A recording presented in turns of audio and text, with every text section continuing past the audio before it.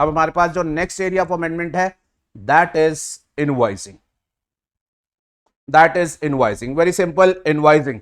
अब इनवॉइसिंग के चैप्टर में कुछ छोटी मोटी अमेंडमेंट हुई है। सबसे पहला एरिया ऑफ अमेंडमेंट जो है दैट इज रूल 48.4। रूल 48.4 जो है ये बेसिकली ई इनवॉइसिंग के प्रोविजन जो है वो देता है। याद है आपको, कुछ एंटिटीज के ऊपर जो है वो ई इनवॉइसिंग एप्लीकेबल है।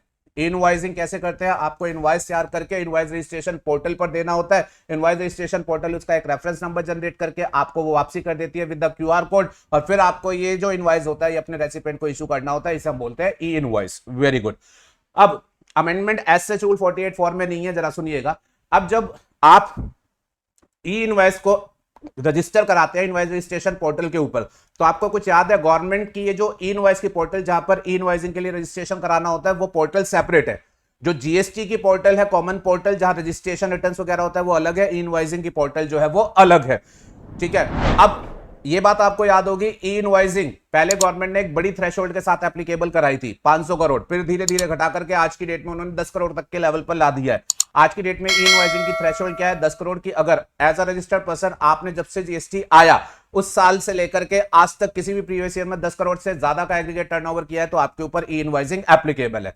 अब ये जो थ्रेशोल्ड रिड्यूस हुई इसकी वजह से ज्यादा लोग जो है वो ई इनवॉइसिंग के दायरे में आ गए, और क्योंकि ज्यादा लोग इनवॉइसिंग के दायरे में आए गए तो अब ज्यादा लोग जो है वो अपने इनवॉइसेस को जो है वो इनवॉइस रजिस्ट्रेशन पोर्टल पर जो है वो डाल रहे हैं।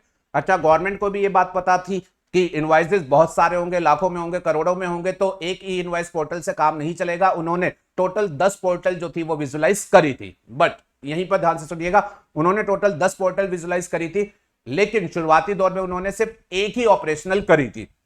अब वो जो शुरुआत में उन्होंने एक ऑपरेशनल करी थी वो शुरुआती दौर के लिए ठीक थी जब ई इनवॉइसिंग के दायरे में कम लोग आते थे। बट अब क्योंकि दायरा बढ़ चुका है, बहुत सारे लोग आ रहे हैं, तो एक पोर्टल से काम नहीं चल रहा था, तो गवर्नमेंट ने अब क्या किया है, ई इनवॉइसिंग के पर्पस के लिए पोर्टल का दायरा बढ़ा दिया है। पहले सिर्फ एक ही थी, अब टोटल 6 पोर्टल है जो कि ऑपरेशनल कर दी गई है। टोटल 6 पोर्टल है जो कि ऑपरेशनल कर दी गई है। ई इनवॉइस 1, ई इनवॉइस 2 ऐसे करके टोटल ई इनवॉइस 6 तक पोर्टल जो है वो ऑपरेशनल कर दी गई है। अब ये जो 6 पोर्टल है इसमें से 2 पोर्टल ई इनवॉइस 1, ई इनवॉइस 2, इस पोर्टल को तो गवर्नमेंट बेस्ड एंटिटी से ही मैनेज कराया जा रहा है, एनआईसी से मैनेज कर रही है, और बाकी की जो 4 पोर्टल है 3, 4, 5, 6 इसके लिए उन्होंने प्राइवेट पार्टीज जो है उनको ऑथराइज किया है। बस इतनी ही इंफॉर्मेशन जो है वो आप लोगों के लिए काफी है। ऐसे ये अमेंडमेंट नहीं है, ये एक सिंपल पीस ऑफ नॉलेज है कि हाँ, इनवॉइस रजिस्ट्रेशन के पर्पस के लिए आज की डेट में हमारे पास एक पोर्टल नहीं है, 6 पोर्टल्स है जहां पर कॉरेस्पॉन्डिंग सप्लायर जो है वो अपना इनवॉइस जो है रजिस्टर करा सकते हैं। चलते हैं जी आगे। नेक्स्ट अमेंडमेंट इनवॉइसिंग के चैप्टर से related, this is basically a CBIC clarification.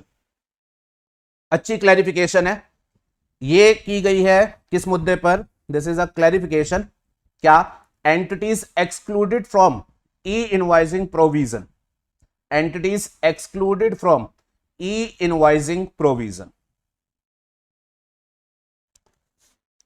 ठीक है जी।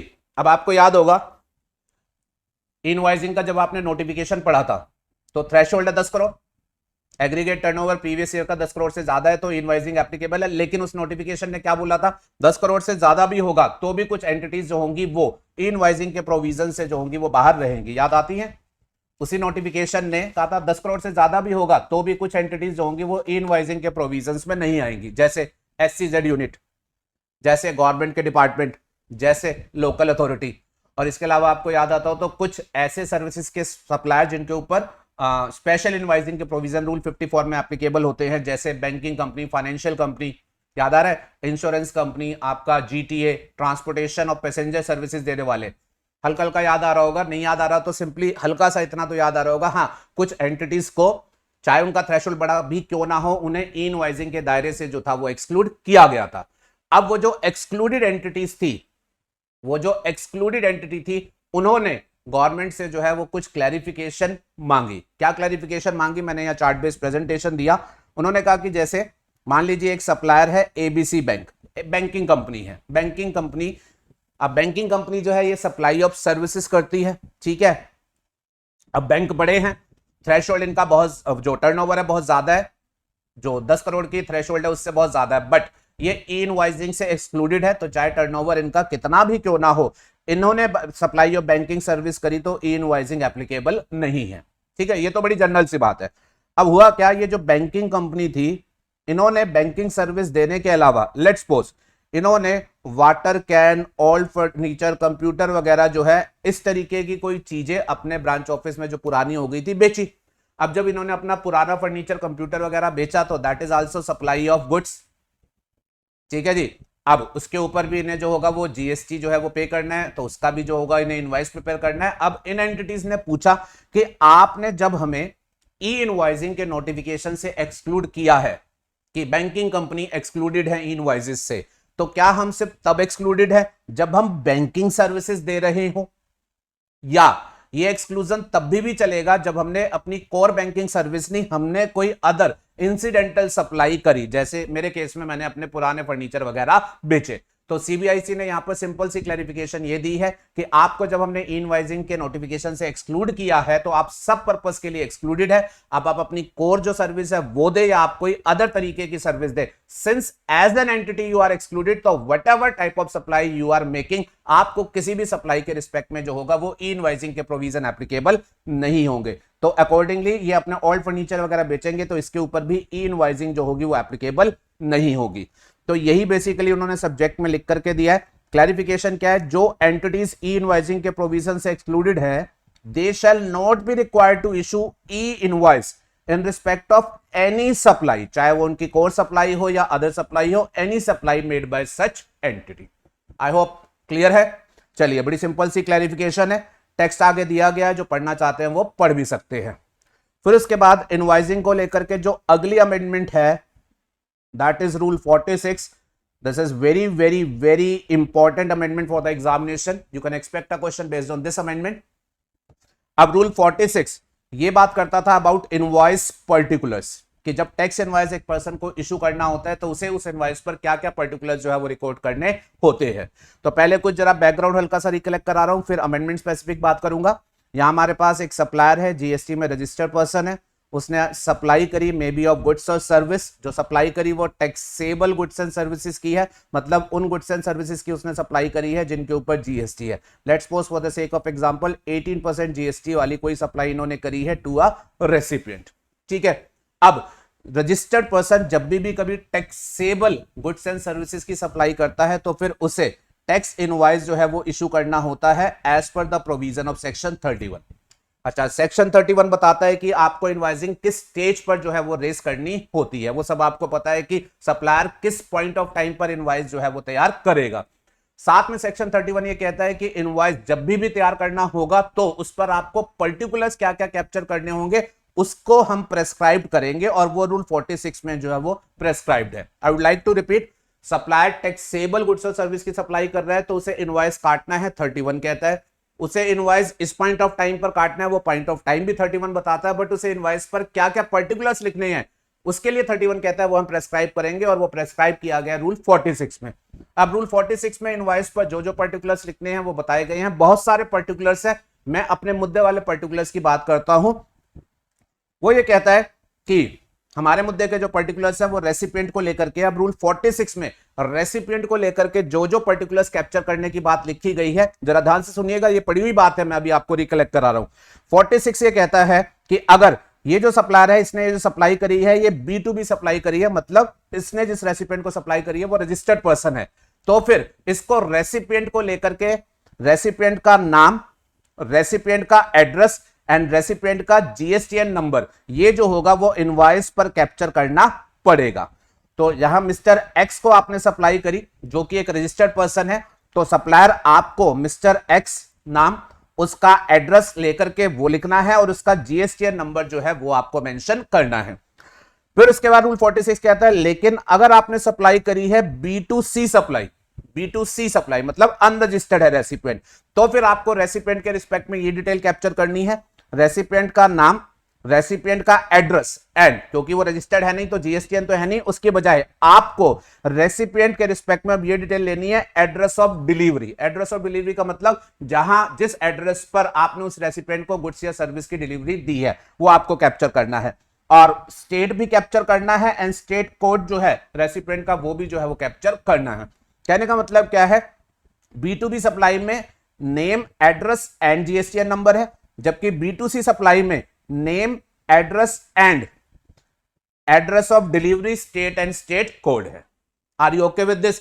अच्छा, लेकिन अब जो अहम बात है इसको ध्यान से सुनिएगा, यहां से अमेंडमेंट की लिंकिंग जाएगी, लेकिन साथ में रूल 46 में यह भी लिखा हुआ है कि अगर आपकी सप्लाई है B2C सप्लाई, अगर आपकी सप्लाई है B2C सप्लाई और ये सप्लाई लो वैल्यू की है, ये सप्लाई लो वैल्यू की है, लो वैल्यू का बेसिकली इनका मतलब ये है अगर ये 50,000 से कम की वैल्यू की सप्लाई है तो फिर आपको ये जो डिटेल्स है, आपको ये जो डिटेल्स है रेसिपिएंट की, ये कैप्चर करने की जरूरत नहीं है। उस केस में आप without recording any details of the recipient आप जो है वो अपना इनवॉइस रेस कर सकते हैं। B2B सप्लाई में तो रेसिपिएंट की डिटेल देखो होनी ही चाहिए क्योंकि वहां तो क्रेडिट वगैरह पास ऑन होनी है। B2C में उन्होंने क्या बोल रखा है कि भाई साहब B2C सप्लाई के केस में भी डिटेल कैप्चर करोगे, लेकिन अगर लो वैल्यू सप्लाई है तो वहां पर आपको रेसिपिएंट की डिटेल्स देने की जरूरत नहीं है। इसका एक एग्जांपल देता हूं, आप रेस्टोरेंट में जाते हैं, रेस्टोरेंट में खाना खाते हैं, रेस्टोरेंट वाला आपको सप्लाई कर रहा है, B2C सप्लाई, आप अनरजिस्टर्ड पर्सन है, आप 1-2 हजार रुपए का खाना खा के आ जाते हैं, क्या कभी रेस्टोरेंट वाला आपको पकड़ के कहता है अपना नाम बताओ, अपना एड्रेस बताओ, अपना address of delivery state code बताओ, मुझे डालना नहीं कहता ना? क्यों? बिकॉज लो के हिसाब से रेस्टोरेंट वाले को छूट है, उसकी वैल्यू ऑफ सप्लाई क्योंकि लो वैल्यू की है, 50,000 से कम की है, तो उसे रेसिपिएंट की डिटेल्स लेकर के कैप्चर करने की जरूरत नहीं है। क्या करता है रेस्टोरेंट वाला? सिंपली कैश का बिल, कैश का इनवॉइस जो है वो बना लेता है, जो कि लीगली अलाउड है। ठीक है जी। तो अगर कोई आपसे पूछे जीएसटी में कैश के इनवॉइस, कैश के इनवॉइस का मतलब विदाउट रेसिपिएंट की डिटेल के इनवॉइस क्या काटे जा सकते हैं? आंसर इज यस, काटे जा सकते हैं अगर वो B2C सप्लाई है और वैल्यू ऑफ सप्लाई जो है वो लेस देन 50,000 है। ये बात रूल 46 से निकल करके आती है। अच्छा, रूल 46 ने जब ये रिलैक्सेशन दी है कि लो वैल्यू ऑफ सप्लाई है तो ये सब डिटेल्स लेने की जरूरत नहीं है, तो उन्होंने साथ में एक बात ये भी लिखी हुई है कि आपको रेसिपिएंट से डिटेल लेकर के कैप्चर करने की जरूरत नहीं है, बट अगर रेसिपिएंट खुद से आगे आके ये बोले कि भाई साहब मुझे आप इनवॉइस दो, मुझे ये खर्चा क्लेम करना होता है तो मेरा डिटेल वगैरह लिख करके दो ताकि मुझे आगे ये खर्चा क्लेम में मिल सके, अगर वो आगे आकर के आपसे खुद कहता है तो फिर आप उसे मना नहीं करोगे, तो फिर आपको उसे लिख करके देना पड़ेगा। ठीक है जी। तो मान लीजिए जो रेस्टोरेंट में खाना खाने आया वो किसी कंपनी का एम्प्लॉई है और उसको जो है वो बाद में लेट्स सपोज रिम्बर्समेंट लेने, और वो रेस्टोरेंट वाले से कहता है मेरे नाम का बिल बना दो, मेरे को कंपनी तभी एंटरटेन करती है, अगर उसने ऐसा कहा तो उसने रिक्वेस्ट करी तो फिर आपको ये डिटेल्स जो होगी वो कैप्चर करनी पड़ेगी। Are you okay with this? ये प्रोविजन है जो कि रूल 46 में लिखे हुए हैं।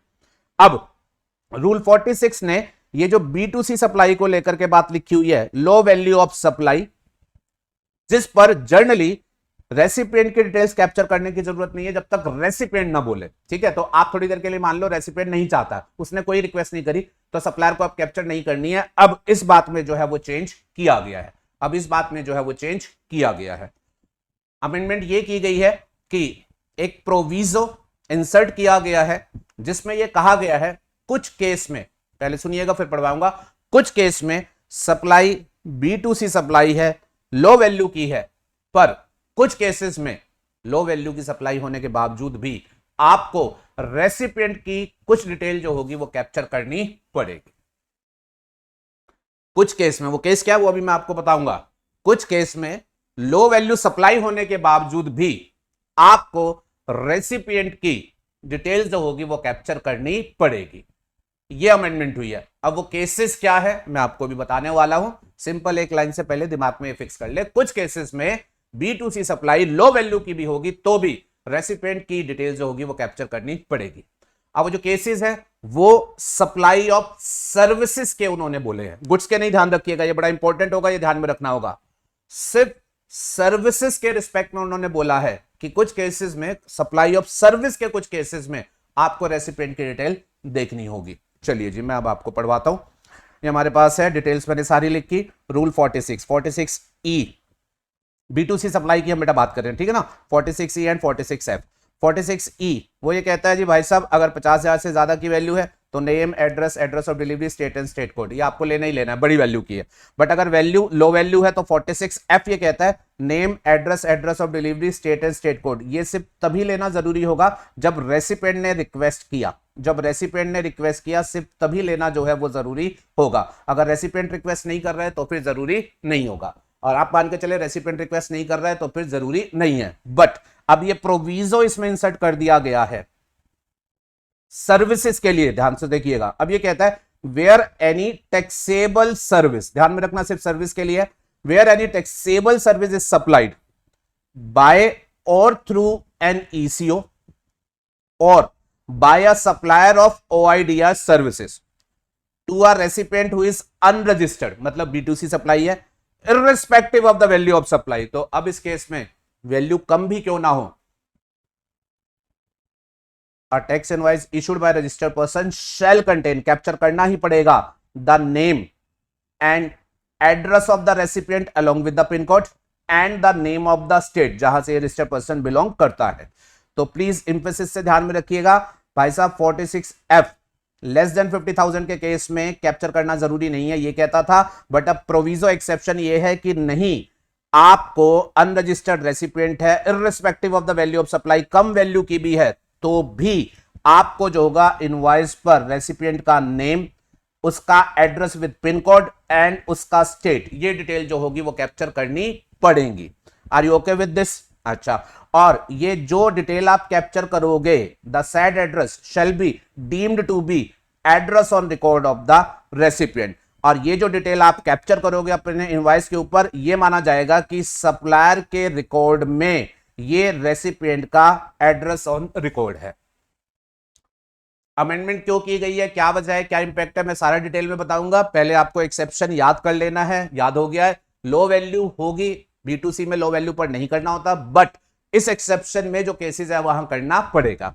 अच्छा, ये एक्सेप्शन किसके ऊपर लगेगा, उसको कैसे मेमोराइज करेंगे? सबसे पहली बात तो ये ध्यान में रखेंगे, ये एक्सेप्शन लगेगा सिर्फ सर्विसेज के रिस्पेक्ट में। पहली बात, सर्विसेज के रिस्पेक्ट में। दूसरा, कौन सी सर्विस, वो क्या कह रहे हैं, कोई भी सर्विस जो बाय और थ्रू ECO सप्लाई की गई है, ये पहला पॉइंट।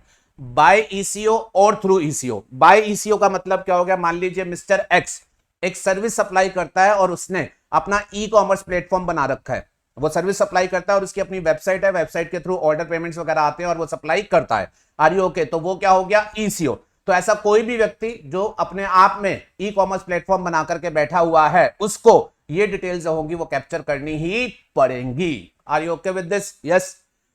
तो जैसे मैं अपनी बात कर लूं बेटा, हम एजुकेशन सर्विस दे रहे हैं, ठीक है जी, ओके। हमारे कस्टमर जनरली आप लोग हो, अनरजिस्टर्ड हो, हमारी value of supply, low value of supply है, लेस देन 50,000 है, ठीक है। तो अब हम अपनी वेबसाइट के थ्रू आपको लेक्चर्स देते हैं, VRN ECO। अब हमें आपको जब सप्लाई करनी है, irrespective of the value of supply, हमको आपका नाम, आपका address with pin code and the state to which you belong, वो कैप्चर करना ही करना है। और ये जो डिटेल हम आपसे रिलेटेड कैप्चर करेंगे, इनको माना जाएगा कि this is address on record, ये आपका एड्रेस है जो कि हमारे रिकॉर्ड में है। इन एनी केस हमें इससे फर्क नहीं करता, हम तो वैसे भी आपकी सारी डिटेल्स ले ही रहे हैं, आपको इनवॉइस प्रॉपर डिटेल के साथ ही देते हैं, बट अब जो लोग नहीं भी करते थे उनको कैप्चर करना पड़ेगा। अच्छा, दूसरी बात यह है, इन्होंने बोला है कि सर्विस जो ECO सप्लाई कर रहा हो या ECO के थ्रू कर रहा हो। अब इसका क्या मतलब है, अगर एक पर्सन है, उसकी खुद की वेबसाइट नहीं है, लेकिन उसने किसी दूसरे की वेबसाइट पर अपने आप को लिस्ट करा रखा है, अमेजॉन वगैरह की, और उस वेबसाइट के थ्रू जो है उसके पास ऑर्डर्स आते हैं, तो he is not ECO but he is supplying through ECO, उसको भी जो होगा अब ये कॉरेस्पॉन्डिंग डिटेल्स जो होंगी वो इनवॉइस में कैप्चर करनी पड़ेगी। तो ये पहला पॉइंट आपको ध्यान में रखना है। आप कोई भी सर्विस सप्लाई कर रहे हो बट अपनी वेबसाइट से या किसी ECO से, आपको ये प्रोविजन अब एप्लीकेबल हो जाएगा। इसके अलावा अगर सप्लायर है जो OIDR सर्विसेज दे रहा है, वो आपको पता है, online assess database retrieval service, ठीक है ना, तो वो जो सर्विस दे रहा है उस सप्लायर के लिए भी ये जो है डिटेल्स कैप्चर करना जो है वो मैंडेटरी कर दिया गया है। याद रख लेंगे आप इस बात को? यस जी, बिल्कुल याद रख लेंगे। चलो, तो आपके पास क्वेश्चन ये पूछा जाएगा कि value of supply is less than 50,000, supply is B2C supply, क्या रेसिपिएंट की डिटेल कैप्चर करना जरूरी है? आपका आंसर बनेगा जनरली आंसर इज नो, नहीं कैप्चर करना जब तक रेसिपिएंट ना बोले। पर एक एक्सेप्शन है और वो ये एक्सेप्शन है। Are you okay? अब ये प्रोविजन इन्होंने क्यों दिए और इससे क्या इंपैक्ट पड़ेगा वो समझना बहुत जरूरी है, ठीक है जी। तो उसकी लिंकिंग जो है वो निकलेगी बेटा आपके प्लेस ऑफ सप्लाई वाले प्रोविजन से, इसकी लिंकिंग आपकी निकलेगी प्लेस ऑफ सप्लाई वाले प्रोविजन से, ठीक है। जरा ध्यान में रखिएगा, रिकलेक्ट करिएगा, प्लेस ऑफ सप्लाई हमेशा IGST एक्ट से निकाली जाती है। Place of supply of goods जब आप निकालते हैं तो आप सेक्शन 10 यूज करते हैं, ठीक है। डोमेस्टिक ट्रांजैक्शंस की बात कर रहा हूं, आप सेक्शन 10 यूज करते हैं। Place of supply of services जब आप निकालते हैं, डोमेस्टिक ट्रांजैक्शंस की बात कर रहा हूं, तो आप सेक्शन 12 को यूज करते हैं। अब जो सेक्शन 12 है, याद रखिएगा, सेक्शन 12 में जो रेजिडरी तरीका है प्लेस ऑफ सप्लाई निकालने का वो है 12(2). और 12(2) क्या कहता है, रेजिडरी क्लॉज में जब कभी प्लेस ऑफ सप्लाई निकाला जाएगा तो फिर चेक किया जाएगा कि सप्लाई B2B है या फिर B2C। अगर B2B सप्लाई होगी तो 12(2) कहता है POS बनेगा लोकेशन ऑफ रेसिपिएंट। बट अगर सप्लाई B2C सप्लाई है, पर अगर सप्लाई B2C सप्लाई है तो फिर 12(2) कहता है POS उस केस में लोकेशन ऑफ रेसिपिएंट लेंगे अगर उसका एड्रेस ऑन रिकॉर्ड सप्लायर के पास है, और लोकेशन ऑफ सप्लायर लेंगे अगर एड्रेस ऑन रिकॉर्ड नहीं है। इस बात को पहले आपने रिकलेक्ट करना है so that you can really understand the implication. Services के रिस्पेक्ट में सेक्शन 12 का रेजिडुअरी क्लॉज इन पर्टिकुलर कहता है B2B सप्लाई होगी तो हमेशा POS सप्लाई मानी जाएगी जहां सर्विस लोकेशन ऑफ रेसिपिएंट है। बट B2C सप्लाई के केस में आप चेक करेंगे अगर रेसिपिएंट का एड्रेस ऑन रिकॉर्ड आपके पास है तो लोकेशन ऑफ रेसिपिएंट, और अगर नहीं है तो फिर लोकेशन ऑफ सप्लायर। आप हल्का सा इशारा तो समझ ही गए होंगे। B2C सप्लाई सर्विसेज की, इसका POS, B2C सप्लाई सर्विसेज की, इसका POS इस बात के ऊपर डिपेंड करता है कि एड्रेस ऑन रिकॉर्ड सप्लायर के रिकॉर्ड में रेसिपिएंट का एड्रेस है या फिर नहीं है। अगर सप्लायर के रिकॉर्ड में रेसिपिएंट का एड्रेस है तो रेसिपिएंट की लोकेशन प्लेस ऑफ सप्लाई है, पर अगर उसके पास रेसिपिएंट का एड्रेस रिकॉर्ड में नहीं है तो सप्लायर जहां का होता है प्लेस ऑफ सप्लाई वही माना जाता है।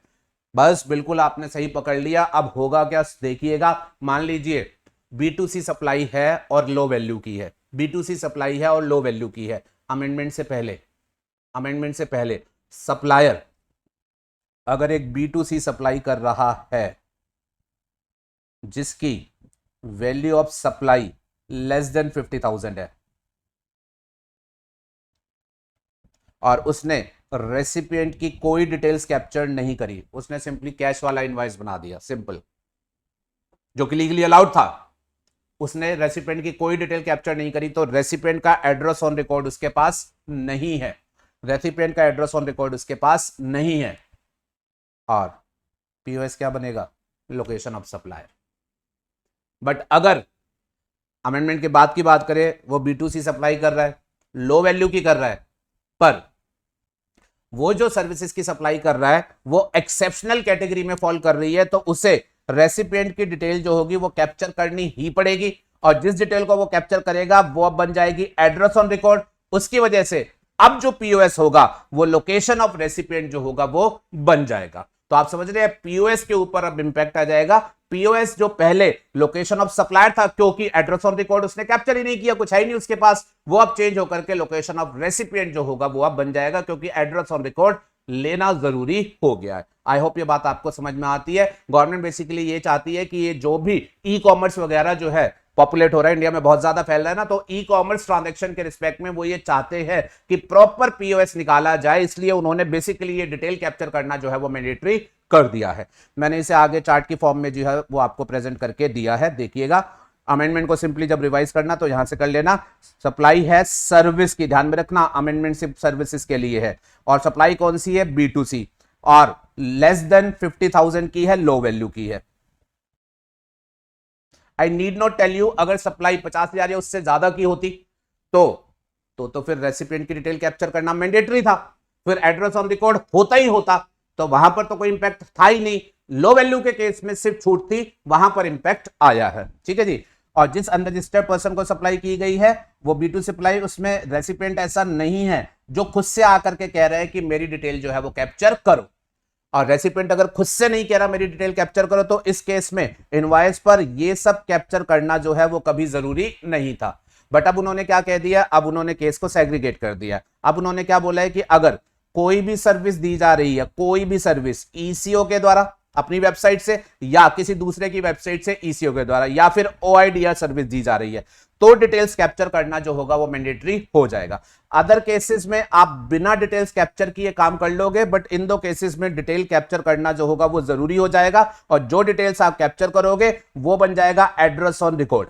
इसका मतलब क्या हो गया? अब आपने एड्रेस ऑन रिकॉर्ड जो है वो ले लिया है, जिसकी वजह से अब जब ये ट्रांजैक्शन किए जाएंगे, ठीक है, पहले आप बिना रिकॉर्ड किए कर सकते थे, तो पहले POS लोकेशन ऑफ सप्लायर बन जाता था, लेकिन अब पीओएस क्या बनेगा, लोकेशन ऑफ रेसिपिएंट, क्योंकि एड्रेस ऑन रिकॉर्ड आपने जो होगा वो अब कैप्चर किया होगा। मेरे एग्जांपल में इंपैक्ट और अगर आप समझे, सप्लायर है दिल्ली का, रेसिपिएंट है यूपी का। ठीक है जी। अमेंडमेंट से पहले तक अगर आपने ईसीओ के थ्रू या अपनी वेबसाइट से सप्लाई करी होती तो भी आपने बिना डिटेल कैप्चर किए कर ली होती, और उस केस में अगर आपने बिना डिटेल किए कैप्चर कर ली होती तो एड्रेस ऑन रिकॉर्ड नहीं होता, पीओएस सप्लायर की खुद की लोकेशन बनता, मतलब दिल्ली बनता। और दिल्ली का सप्लायर अगर दिल्ली में ही सप्लाई दे रहा है तो ये बनती इंट्रा स्टेट सप्लाई, और आप सबको पता है इंट्रा स्टेट सप्लाई में सीजीएसटी एसजीएसटी चार्ज होता, और साथ ही में इनवॉइस पर पीओएस मेंशन करना जरूरी नहीं होता है। कर दो तो कोई बात नहीं, लेकिन मेंशन करना जरूरी नहीं होता अगर इंट्रा स्टेट सप्लाई हो। लेकिन अमेंडमेंट के बाद क्योंकि एओआर कैप्चर करना जरूरी होगा तो अब पीओएस बनेगा location of recipient, that is UP. तो अब दिल्ली वाला सप्लायर कहां सप्लाई कर रहा है, यूपी में। अब ये बनेगी इंटर स्टेट सप्लाई, जिसके ऊपर बनेगा आईजीएसटी। ये प्लेस ऑफ सप्लाई इनवॉइस में मेंशन करना मैंडेटरी भी होगा। कई बार हमसे लोग पूछ लेते हैं कि सर आप इतना डिटेल में क्यों पढ़ाते हो, आपकी अमेंडमेंट्स के लेक्चर्स में इतना टाइम क्यों लगता है। आई होप आप आज इस बात को अप्रिशिएट कर सकते हैं कि भाई अगर आपको मैं सिंपल ये अमेंडमेंट बताता ना, 50,000 से कम की वैल्यू ऑफ सप्लाई होती है B2C, उस पर कैप्चर करना जरूरी नहीं होता, अब जरूरी हो गया, तो मैं भी कम टाइम लेता, इनफैक्ट मेरे एफर्ट भी कम लगते। लेकिन जब मैं आपको साथ में ये समझाऊंगा कि इस अमेंडमेंट का इंपैक्ट कहां जाएगा, कहां आपके क्वेश्चन में बदलाव हो जाएंगे, तो डेफिनेटली उस सब एनालिसिस, उस प्रेजेंटेशन में टाइम लगेगा। And you shall really appreciate कि पढ़ाने वाले के स्पेशल एफर्ट्स लगते हैं जब वो सारी लिंकिंग क्रिएट करके आपको सब रेडीमेड एनालिसिस जो है वो दे देता है। ठीक है जी। तो अगर आपको लग रहा है हम आपके लिए कुछ वैल्यू एडिशन वाला काम कर रहे हैं, आपकी अंडरस्टैंडिंग को बहुत बढ़िया लेवल पर बता रहे हैं, तो अपना वीडियो के नीचे कमेंट बॉक्स में जरूर एप्रिसिएशन डाल दीजिए कीजिए, ताकि हमें भी जो है आगे के लिए एनकरेजमेंट मिलता रहे। चलो जी, तो ये हमारे पास रूल 46 से रिलेटेड अमेंडमेंट जो है वो कंप्लीट हो जाती है। अब बढ़ते हैं आगे। इस चैप्टर से रिलेटेड जो लास्ट अमेंडमेंट है वो है रूल 46A में। Rule 46A, this is a miscellaneous sort of amendment, simple सी अमेंडमेंट है। सुनिएगा, आपको ये बात शायद याद होगी, नहीं होगी तो सुन के याद आ जाए। सप्लायर एक रेसिपिएंट को सप्लाई कर रहा है, supplier is a registered person. अब याद कराओ, सप्लायर अगर जिन गुड्स एंड सर्विस की सप्लाई कर रहा है वो टैक्सेबल है, मतलब उनके ऊपर जीएसटी है, चाहे वो 5, 12, 18, 28 वाला कुछ भी क्यों ना हो, तो सप्लायर को सप्लाई करते टाइम क्या बनाना है, टैक्स इनवॉइस। टैक्स इनवॉइस पर क्या क्या लिखना होता है वो रूल 46 ने बता रखा है, वो सब कैप्चर करते हुए बनाना है। अच्छा, अगर सप्लायर जिन गुड्स एंड सर्विसेज की सप्लाई रेसिपिएंट को कर रहा है, अगर वो एग्जेम्प्ट हैं, उनके ऊपर जीएसटी निल है,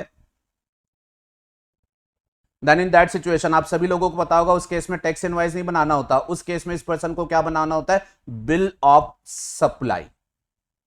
याद आई है कि बात या नहीं। टैक्स वाले गुड्स की सप्लाई करेगा रजिस्टर्ड पर्सन तो टैक्स इनवॉइस बनाएगा, और अगर बिना टैक्स लायबिलिटी वाले गुड्स की सप्लाई करेगा तो वो बनाएगा बिल ऑफ सप्लाई। अच्छा, टैक्स इनवॉइस पर क्या क्या लिखना होता है वो रूल 46 बताता है। बिल ऑफ सप्लाई पर क्या क्या लिखना होता है वो रूल 49 में जो है वो बताया गया है। याद आ रहा है या नहीं आ रहा, आ गया होगा। चलो, और ये हमेशा इसी तरीके से आपको जो है वो काम करना होता है कि आप हमेशा इस बात को प्रॉपर अप्रिशिएट करके चलेंगे कि टैक्स वाले गुड्स दे रहे हैं या फिर एग्जाम गुड्स एंड सर्विसेज दे रहे हैं, उसके हिसाब से आप डॉक्यूमेंटेशन जो होगा वो तैयार करेंगे। अच्छा, अब कई बार ऐसा होगा कि आपके पास जो रेसिपिएंट आया, लेट्स सपोज मिस्टर एक्स, वो आपसे कुछ टैक्स वाले गुड्स भी ले रहा है और कुछ आपसे एग्जाम्प्ट वाले भी ले रहा है, तो अब आपको क्या उसे टैक्स वाले गुड्स के लिए separate documentation and exam goods के लिए सेपरेट डॉक्यूमेंटेशन बना के देना पड़ेगा।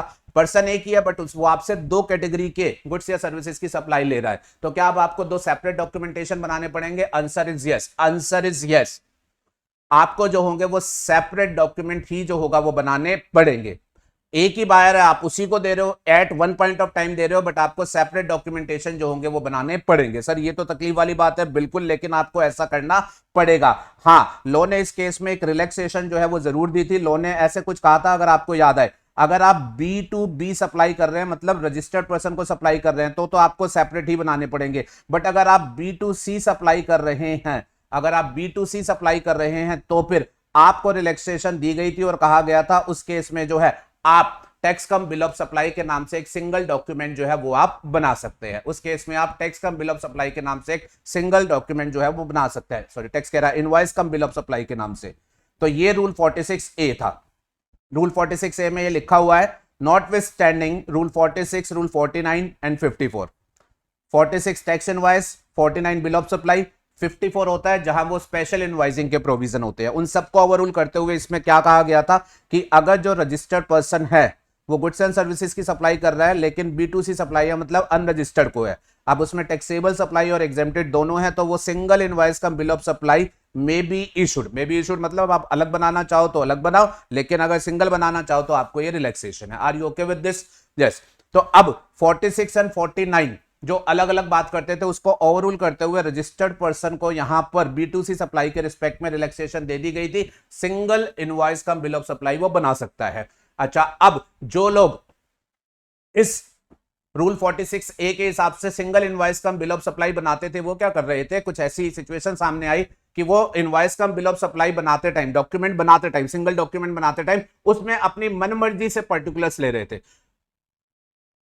क्या वो उसमें जो पसंद आता था उतनी इंफॉर्मेशन रिकॉर्ड करते थे, जो नहीं लगता था वो इंफॉर्मेशन वो रिकॉर्ड नहीं करते थे। और लॉ मेकर कह रहे थे भाई साहब आपको हमने सिर्फ छूट क्या दी है कि आप दो की बजाय एक सिंगल डॉक्यूमेंट बना सकते हो, बट आपको उस डॉक्यूमेंट में डिटेल तो प्रॉपर कैप्चर करनी चाहिए। आपने टैक्स वाले गुड्स की सप्लाई करी है तो रूल 46 इनवॉइस को लेकर के जो बातें बोलता है वो सारी होनी चाहिए। आपने एग्जेम्प्टेड गुड्स की सप्लाई करी है तो उसमें रूल 49 बिल ऑफ सप्लाई के जो भी पर्टिकुलर्स बोलता है वो होने चाहिए, पर लोग करते ही नहीं थे। और लोगों से पूछा जाता था क्यों नहीं कर रहे, तो वो कहते थे जी आपने 46A में लिखा हुआ है नॉट विथ स्टैंडिंग, जब आपने 46 और 49 को ओवररूल ही कर दिया तो फिर अब मैं चाहे उस डॉक्यूमेंट में कुछ भी लिखूं। अब लॉ मेकर्स ने बोला ऐसी हमारी कोई इंटेंट नहीं है, हमारी इंटेंट सिंपली ये थी कि आप दो की बजाय एक बना सकते हैं, बट डेफिनेटली जो पर्टिकुलर्स हैं वो दोनों के ही प्रॉपर्ली रिकॉर्ड होने चाहिए। तो उस बात को अब टेक केयर करने के लिए उन्होंने यहां प्रोविजो इंसर्ट करके जो है उस बात को जो है वो रिटर्न डाउन करके दे दिया है। क्या लिखा उन्होंने प्रोविजो में, such invoice cum bill of supply shall contain all particulars as specified in rule 46, 49 and 54। Single document बना रहे हो बट आपको प्रॉपर डिटेल्स जो भी उनकी बनती है वो जो होगी वो कैप्चर करनी ही पड़ेगी। तो this is a miscellaneous sort of amendment, nothing that much important as such for the examination. इसके साथ इनवॉइस वाले एरिया से रिलेटेड सारी अमेंडमेंट जो है वो कंप्लीट हो जाती है। प्रोसीड करते हैं to the next area of amendment. Next area of amendment हमारे पास है ई वे बिल। इसमें बड़ी सिंपल सी अमेंडमेंट हुई है तो इस पर मैं ज्यादा टाइम नहीं लगाऊंगा। ई वे बिल इन जनरल आपको पता है कि ई वे बिल के हमारे जीएसटी में प्रोविजंस है रूल 138, वो बेसिकली गवर्निंग प्रोविजन है जिसमें बताया गया है कि अगर कभी भी there is a movement of goods consignment value exceeding ₹50,000 तो फिर ई वे बिल जो है वो रजिस्टर्ड पर्सन के द्वारा जो है वो ई वे बिल की पोर्टल पर जो है वो बनाया जाना होता है। अब इसमें एक स्पेसिफिक प्रोविजन ये था 138(14), बड़ा इंपॉर्टेंट रहता था आपके एग्जामिनेशन के लिए, जिसमें ये लिखा गया था वैसे तो जनरल रूल यही है कि मूवमेंट ऑफ गुड्स और कंसाइनमेंट वैल्यू मोर देन 50,000 ई वे बिल बनेगा, पर रूल 138(14) में लिखा गया था कि कुछ ट्रांजैक्शन के रिस्पेक्ट में ई वे बिल बनाने की जरूरत नहीं होगी। 138(14) ने कुछ लीगल एक्सेप्शंस दे रखे थे कि इनके रिस्पेक्ट में अगर ये ट्रांजैक्शंस है और उसमें मूवमेंट ऑफ गुड्स हो रही है तो आपको उनके रिस्पेक्ट में जो होगा वो ई वे बिल बनाने की जरूरत नहीं है। और उसको लेकर के इस तरीके से चार्ट बेस्ड प्रेजेंटेशन आपके साथ मैंने किया हुआ था।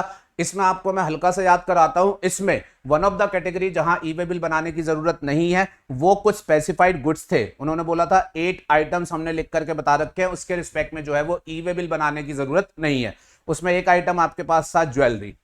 टोटल 8 गुड्स थे, मैं ज्वेलरी फोकस बात कर रहा हूं क्योंकि अमेंडमेंट का एरिया वो है। ज्वेलरी से रिलेटेड जो है वो ई वे बिल नहीं बनाना, मतलब अगर कोई ज्वेलर है वो बेसिकली अपने ज्वेलरी को कहीं सप्लाई कर रहा है, मूवमेंट ऑफ गुड्स है, तो उसे ई वे बिल नहीं बनाना। और ये बेसिकली सिक्योरिटी रीजन के पर्पस से किया गया था, नहीं तो अदरवाइज ज्वेलर ज्वेलरी को भेजने से पहले अगर ज्वेलरी कहां भेज रहा है उसकी डिटेल्स पोर्टल पर डाल दे और खुदा ना खास्ता जो पोर्टल हैंडल करने वाला पर्सन है वो गलत नियत का होगा तो फिर चोरी चकारी के चांसेस, डकैती के चांसेस बढ़ जाएंगे। तो इस वजह से इन्होंने इसको ई वे बिल के दायरे से बाहर रखा हुआ है।